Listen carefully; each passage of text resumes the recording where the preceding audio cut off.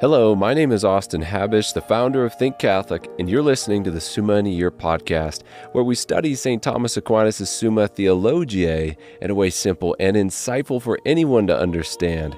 The Summa podcast is brought to you by Think Catholic. Taking 2 questions of the Summa a day, we'll seek to summarize St. Thomas's responses, discovering the brilliance of Aquinas and his Catholic faith. This is day 9. So let's get started. We're covering today questions 15 and 16 of the Prima Pars, that is, on ideas, number 15, which exist in his knowledge, and truth, number 16, in God, for knowledge is of things that are true. The translation that I always use in these podcasts is the Second Revised Edition translated by the Fathers of the English Dominican province. And so let's get started. The divine ideas. Now, I assume the plural use of the word idea, which is a word we derive from Greek and synonymous with the word forma or form, that comes from the Latin, according to Aquinas, will strike the regular listener of this podcast as strange. God cannot be composite. We've described extensively on episode 3. He cannot have parts, as also declared by the Catholic Church in its articulation of the Trinity, which says, "We do not confess 3 gods, but one God, in 3 persons, the consubstantial Trinity. Indeed, everything in them is one, where there is no opposition of relationship. Everything in God is one, entirely simple, where there is no opposition of relationship." But it seems like the idea, divine ideas, suggests distinct parts in God, apart from the divine essence. So let's see what's going on here. Article 1, are there ideas? First, the definition of a divine idea from Augustine. Ideas are certain principal forms or permanent and immutable types of things, they themselves not being formed. Thus, they are eternal and existing always in the same manner as being contained in the divine intelligence, whilst, however, they themselves neither come into being nor decay, yet we say that in accordance with them, everything is formed that can rise or decay, and all that actually does so. In brief, these ideas, they are the essence of things as known by and in God, which he then makes those things through out in the created world. Similar to the idea of a house being in the mind of the builder before he goes out and creates that house. Aquinas' explanation for why these ideas must exist in God is because God does all things intelligently, not by chance, and so in creating anything, he must have the notion of it first, of what he is making, the form or the idea. It must pre-exist in him as the ender goal of that thing which he is creating. Now, Aquinas will then delineate different ways forms can pre-exist in their causes before their causes bring them into existence. One way would be what he calls by way of natural being. That's his term. That would be like when a human being makes another human being. The child's form, humanness, humanity, pre-exists in the adults in the way that the adults are themselves human. By nature, they possess that form. Another way the form can pre-exist in the cause is by way of intelligible being or mental being, such as, again, when the house exists first in the mind of the builder, the form of the house in the mind of the builder before he goes out and creates that house. So in summary of this article, Aquinas says, as then the world was not made by chance, but by God acting by his intellect, there must exist in the divine mind a form to the likeness of which the world was made, and in this the notion of an idea consists. What is that idea? Well, he relates, although God knows himself and all else by his own essence, yet his essence is the operative principle of all things. It has therefore the nature of an idea with respect to other things, though not with respect to himself. And God is the likeness of all things according to his essence. Therefore, an idea in God is identical with his essence. So in himself, this divine idea or ideas is simply the divine essence, thereby removing any fear. This question and explanation might imply any composition in God. It is only in relation to created things that we can talk about God's essence as diverse ideas. Two other ways to think about this, if helpful. Here are two quotes from other editors or commenters on Aquinas who will remain anonymous. The first, we would say on general principles that it's not the case that we have on the one hand the divine essence and on the other hand the divine ideas. God knows finite things. To explain how he does so would be to stray beyond the limits of our competence. Another quote, arguably from a different author, arguably less upset that we are even asking this question, says, so divine ideas are both one and many depending on how we consider them. They are one if we consider what they are, since they are identical to the divine essence. God is a single knower with a single source of knowledge.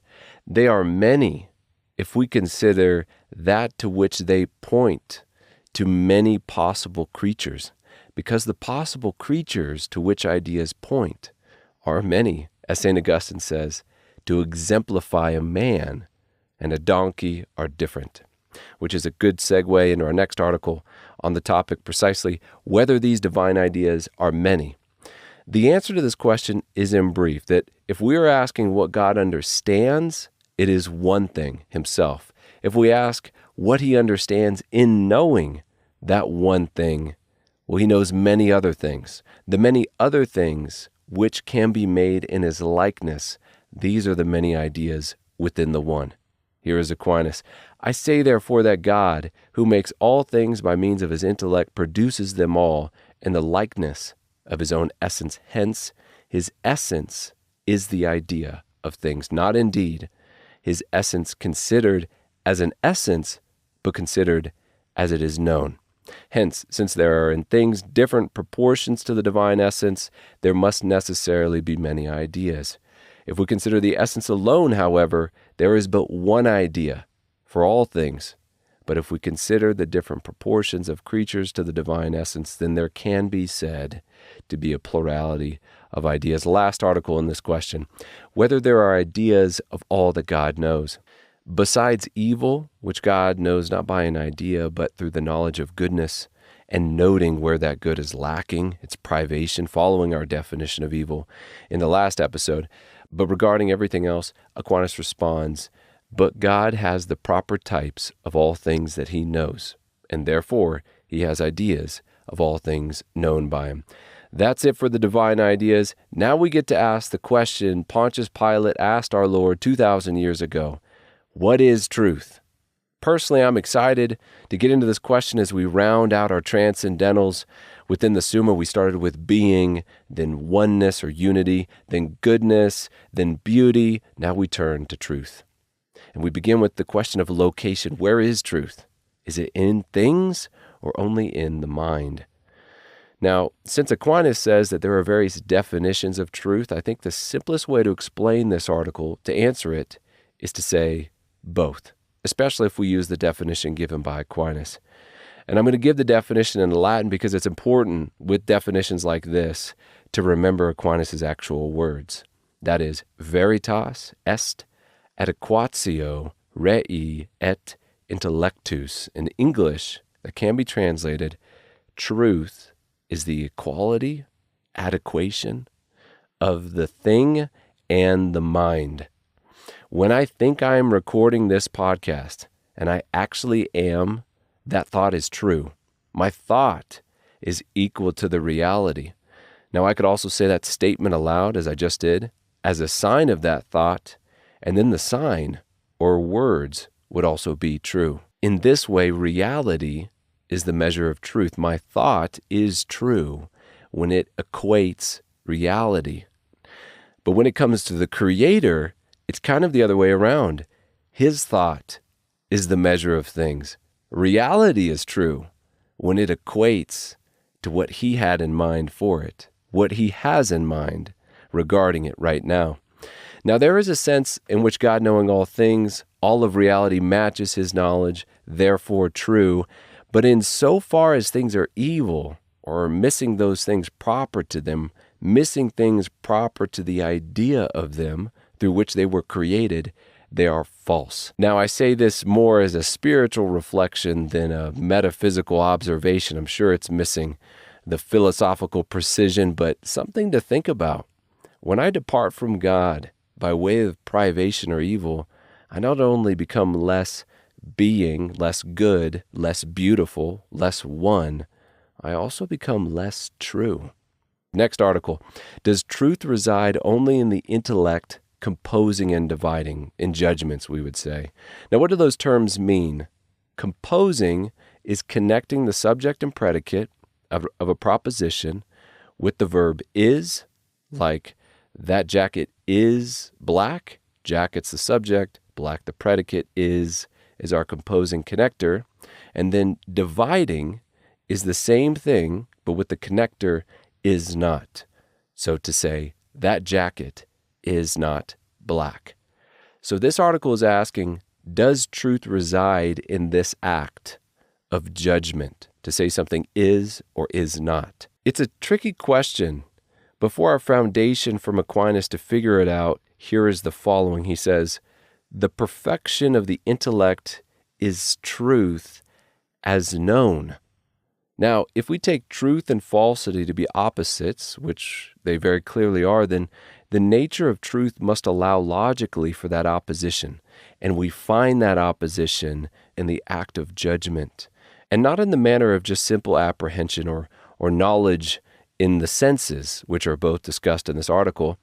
So when I know what a rabbit is, when I apprehend the form of a rabbit, when my mind is informed by the same form of the rabbit just in me mentally, then there is truth in the sense of equality with my mind and the thing. But here there's no possibility of falsehood. My mind is simply apprehending what is out in the world. In a similar way, the senses, my eye, is simply receiving color that's out in the world. Falsity becomes possible at the moment when I either affirm or deny, when I can affirm or deny what is simply being received. And because this is where falsity becomes possible, we must also say that this is where truth in its fullest sense occurs in the mind, in the affirmation or the denial of what is. In the truth as known is what this is, or affirmed to be true. To close this section with a word from the editors in the famous Blackfriars Gilby edition of the Summa, to explain this, the commentator says, it is a matter of knowing in active operation by employing the conformity that a true judgment expresses. The comparison of thought and object is therefore only implicit in the actual attainment of truth, which is a formal identity of mind and object so far as known. So giving the last sentence in this intricate and nuanced question to Aquinas, he says, therefore, properly speaking, truth resides in the intellect composing and dividing, and not in the senses, nor in the intellect merely knowing what a thing is. That's simple apprehension. So next article, whether the true and being are convertible terms. I'm going to translate our Latin here, convitetur, instead of convertible, we just don't use that word anymore, to interchangeable. So is truth, like goodness, like oneness, really just different ways of thinking about being? Now, the objection raised here against that is because truth resides in the mind where being is in things. Therefore, the answer must be no. The response we can give is that everything is known to God and therefore does conform to His mind, His knowledge, meeting our definition of truth. In this way, being and truth are interchangeable. Aquinas takes a different angle. He says, now everything in as far as it has being, so far it is knowable, and therefore as good is convertible with being, so is the true. But as good adds to being the notion of desirable, so the true adds the relation to the intellect. Truth and being differ only in idea. This places truth among the other transcendentals, which, like being, which in itself transcends category, is also participated in by all categories, by anything that exists. The next article, is the good logically prior to the true? Logically prior here meaning, is it first in the intellect as well as more universally applicable? Now, when it comes to particular existing things, Aquinas repeats himself that the true and the good are equal to being, and therefore we don't have priority there. But when it comes to abstractions, such as mathematics, well, they can be true in a way that we wouldn't equally consider them good, good meaning desirable, again, our definition of goodness. In this sense, the true is more universal than goodness and therefore prior. Then when it comes to what comes first to the mind, what is known first, Aquinas writes, the intellect apprehends primarily being itself. Secondly, it apprehends that it understands being. And thirdly, it apprehends that it desires being. Hence, the idea of being is first, that of truth second, and the idea of good third, though good is in all things. Article 5. Our next question is one to take to prayer. Is God truth? Jesus said, I am the way, the truth, and the life. Remember, truth is conformity of mind and the thing. Well, in God, the thing, his essence, is identical to his mind. God's mind and his essence is identical. His being is his act of knowing. Because of the divine simplicity, he has no parts. All is one in God. God is one, where there is no opposition of relations. So his very being is a conformity of mind to the thing. His being is truth, which is why Jesus says, I am the way, the truth, and the life. Also within this article, we get an important nuance of our definition of truth. Again, a quality of mind to the thing. It is also a conformity to that which is principle, Aquinas' term, between those two. So for example, when my mind is conformed to the reality out there, the reality, the external reality, is more principle because I'm receiving that reality into the mind. My mind needs to conform to the reality to be true. But in the case of God, his mind is more principle. It is from his mind that all created reality comes from. And so it is reality which must be conformed to him to be true. To quote Aquinas, the truth of our intellect is according to its conformity with its principle, that is to say, to the things from which it receives knowledge. The truth also of things is according to their conformity with their principle, namely the divine intellect. Next question, is there only one truth, according to which all things are true?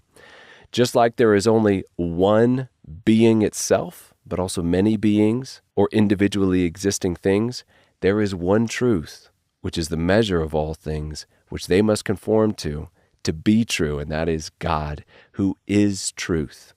In this way, there is only one truth, as Aquinas puts it, and thus, although the essences or forms of things are many, yet the truth of the divine intellect is one, in conformity to which all things are said to be true. Yet since truth is conformity of mind to the thing, and there are many minds out there, intelligent things, which are truly knowing the world at any given moment, we can also say that there are also many truths. Here's Aquinas. If therefore we speak of truth as it exists in the intellect according to its proper nature, then there are many truths in many created intellects, and even in one and the same intellect according to the number of things known. Article 7. Whether created truth is eternal. Now we have to hold a good grasp of our definitions of truth and eternal to answer this question.